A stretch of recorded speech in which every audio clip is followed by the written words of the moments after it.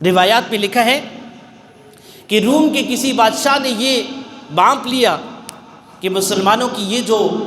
فتوحات ہیں اس کا سلسلہ تو بڑا طویل ہوتا جا رہا ہے، یہ جاری رہا تو یہ کہیں ہمیں بھی فتح کر دیں گے۔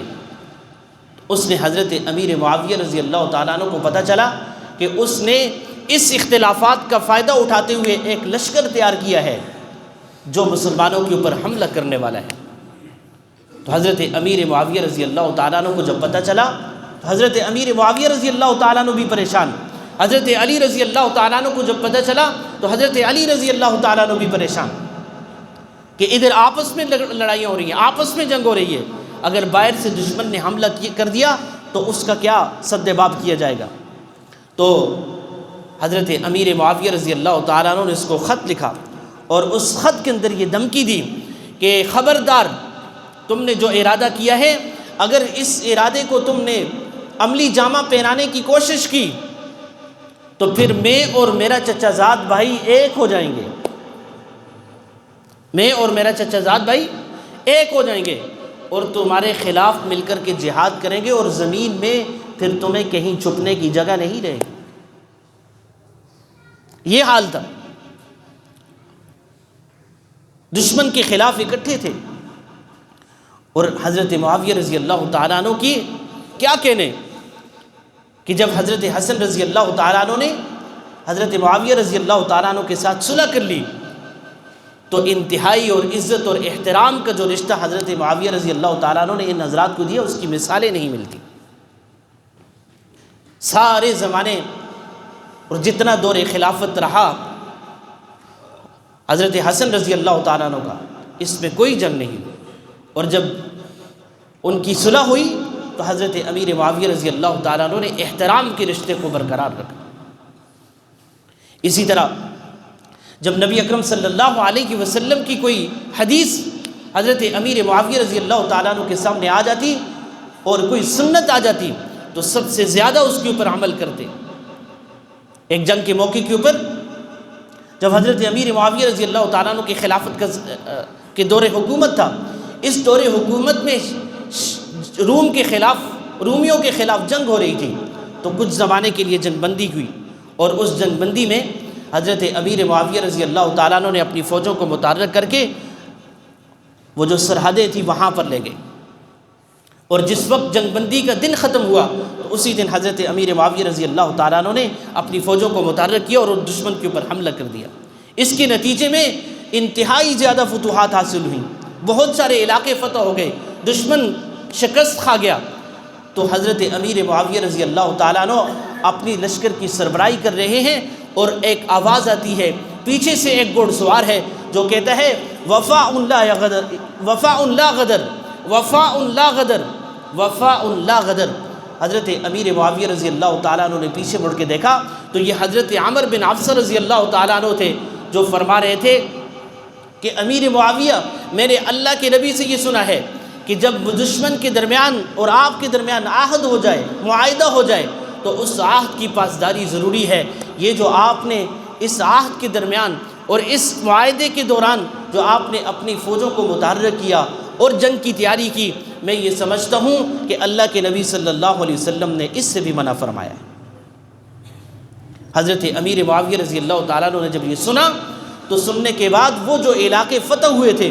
اپنی تمام فوج کو حکم دیا کہ ان کو دوبارہ اسی طرح بحال کر دو اور واپس اپنی کمین گاہوں میں لے آؤ، تشریف لے آؤ۔ اللہ کے نبی صلی اللہ علیہ وسلم کی جب کوئی بات سامنے آ جاتی تو اس کے لیے وہ اپنی جان بھی قربان کرتے تھے۔ اور آج تاریخ کو بنیاد بنا کر کے ایسے مسلمان بھی ہیں جو حضرت امیر معاویہ رضی اللہ تعالیٰ عنہ کے بارے میں نازیبا الفاظ کہتے ہیں۔ اعاذنا اللہ منہا، اللہ تعالیٰ ہمیں اس فتنے سے بچائیں۔ اس زمانے کے ایک بڑے عالم شاید حسن بصری رحمہ اللہ کے بارے میں آتا ہے کہ ان کے سامنے آ کر کے ایک آدمی نے یہ مسئلہ پوچھا کہ یہ جو حضرت علی اور حضرت معاویہ رضی اللہ تعالیٰ عنہ کا جو آپس میں اختلاف رہا اور اس کے نتیجے میں جو جنگ رہی، مسلمان شہید ہوئے، تو ان کے بارے میں آپ کا کیا خیال ہے؟ تو حضرت حسن بصری نے کہا کہ ہم وہ لوگ ہیں کہ جن کی تلواریں اور جن کے ہاتھ ان کے خون سے آلودہ نہیں ہوئے، اللہ نے ہمیں اس سے بچایا ہے، اور تم یہ چاہتے ہو کہ ہم اپنی زبانوں کو ان کی ذات کے اوپر بول کر کے، ان کے بارے میں برائی بول کر کے اپنی زبانوں کو ملوث کر دیں، تلویث کا شکار کر دیں اور گندا کر دیں۔ میرے عزیز دوستوں اور ساتھیوں، صحابی کا ادنا سے ادنا ترین صحابی، اللہ تعالیٰ نے اس کو یہ عظیم اور مقام اور عظیم مرتبہ عطا فرمایا ہے کہ اللہ کے نبی صلی اللہ علیہ وسلم نے فرمایا کہ اللہ تعالیٰ نے تمام مخلوقات کی دلوں کو دیکھا اور ان دلوں میں سب سے پاکیزہ دل میرا دل پایا، تو اللہ تعالیٰ نے مجھے اپنا نبی منتخب فرمایا، اپنا خاتم النبیین اور سید الانبیاء بنا دیا۔ اور پھر آپ صلی اللہ علیہ وسلم نے فرمایا عام مخلوقات کی دلوں کو اللہ رب العزت نے دیکھا تو ان دلوں میں سب سے جو پاکیزہ ترین دل تھے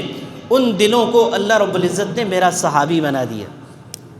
یہ مقام ہے صحابیت کا۔ حضرت امام مالک رحمہ اللہ نے حضرت عبداللہ بن مبارک رحمہ اللہ کے بارے میں آتا ہے کہ ان سے پوچھا کہ حضرت علی رضی اللہ تعالیٰ، حضرت عمر بن عبدالعزیز اور حضرت امیر معاویہ رضی اللہ تعالیٰ عنہ میں سے کون افضل ہے؟ چونکہ حضرت امیر معاویہ رضی اللہ تعالیٰ عنہ کا بھی ایک طویل خلافت کا زمانہ دور حکومت رہا، صحابیت رہے، بہت سارے ان کو فیصلے کرنے پڑے، جتنا زیادہ طویل زمانہ تھا 45 سالہ دور حکومت، تو اس کی ذمہ داریاں بھی بڑی عائد ہوتی تھیں۔ اور دوسری طرف حضرت عمر بن عبدالعزیز جو تابعی ہیں، ان کا بھی جو دور حکومت ہے جس کو بھی خلافت ثانیہ کا نام دیا جاتا ہے کہ خلفائے اربعہ کے بعد جو خلافت کا زمانہ تھا وہ حضرت عمر بن عبدالعزیز رحمہ اللہ کا تھا۔ تو حضرت عبداللہ بن مبارک رحمہ اللہ سے پوچھا کہ بتاؤ ان میں سے کس کا زمانہ اور کون بہتر ہے؟ تو عبداللہ بن مبارک رحمہ اللہ نے کہا پوچھنے والے سے کہ تم کیا بات پوچھتے ہو؟ حضرت امیر معاویہ رضی اللہ تعالیٰ عنہ نے جو آپ صلی اللہ علیہ وسلم کی معیت میں جہاد کیا، جس گھوڑے کے اوپر وہ بیٹھے، جہاد کے دوران اس گھوڑے کے نتھنوں کے اندر جو ریت اور جو مٹی جمی، 100 عمر بن عبدالعزیز بھی آ جائیں تو اس مٹی کا مقابلہ بھی نہیں کر سکتے، اس لیے کہ ان کو صحابیت کا شرف حاصل ہوا ہے۔ حضرت عمر بن عبدالعزیز نیکوکار ہیں، بہت بہترین عادل حکمران ہیں، جن کی عدالت کے اندر کوئی شک نہیں، مسلمانوں کے خادم بن کر کے انہوں نے اپنی زندگی گزاری۔ مختصر ترین دور تھا جس دور کے بارے میں آتا ہے کہ اتنے بہترین معاشی حالات تھے کہ ان کے اس زمانے کے اندر کوئی زکوٰۃ لینے والا نہیں تھا، صدقہ خیرات وصول کرنے والا نہیں تھا۔ تو لیکن وجہ یہ ہے کہ وہ تابعی تو ہیں لیکن اللہ کے نبی صلی اللہ علیہ وسلم کی زیارت نصیب نہیں ہوئی، جس کی وجہ سے حضرت امیر معاویہ رضی اللہ تعالیٰ عنہ اور ان کا کیا تقابل کیا جا سکتا۔ اس لیے میرے عزیز دوستوں اور ساتھیوں، اس موقع کے اوپر ہماری یہ ذمہ داری بنتی ہے۔ آج میڈیا کا دور ہے، بہت ساری چیزیں آپ کے سامنے آتی ہوں گی، سننے کو ملتی ہوں گی، لیکن ایک بات یاد رکھیے، اللہ رب العزت نے صحابہ کا تذکرہ فرما کر کے فرمایا کل وعد اللہ الحسنہ، ان میں سے ہر ایک کے ساتھ اللہ نے اچھائی کا وعدہ کیا ہے۔ اللہ رب العزت نے انہی کے بارے میں ارشاد فرمایا رضی اللہ عنہم ورضوا عنہ، اللہ ان سے راضی ہو گئے، یہ اللہ سے راضی ہو گئے۔ اللہ تعالیٰ نے انہی کے بارے میں فرمایا اولئک هم المفلحون، یہ فلاح پانے والے ہیں، اولئک هم الراشدون، یہی ہدایت یافتہ ہیں۔ میرے عزیز دوستوں اور ساتھیوں، کسی سوشل میڈیا کی کسی بیان کے دھوکے میں نہ آنا، اللہ کے نبی صلی اللہ علیہ وسلم کے صحابہ کے بارے میں اپنی زبان کو دراز کرتے ہوئے بہت احتیاط کرنے کی ضرورت ہے، اور اگر نعوذ باللہ ادنا سے بھی لفظش ہو گئی تو اس کے نتیجے میں میرے عزیز دوستوں اور ساتھیوں ہمارا ایمان باقی نہیں رہے گا۔ جن کو اللہ رب العزت نے اپنے نبی کی معیت کے لیے منتخب فرمایا وہ کوئی معمولی ہستیاں نہیں تھیں۔ اللہ تعالی ہمیں اصحاب رسول صلی اللہ علیہ وسلم کی دل سے قدردانی کی توفیق نصیب فرمائیں، اور ان کے بارے میں جو لغزشات بکی جاتی ہیں، بولی جاتی ہیں، اللہ تعالیٰ ان کو سننے سے بھی ہمیں محفوظ فرمائیں۔ وآخر دعوانا ان الحمد للہ رب العالمین۔ سنتیں ادا فرما لیجیے۔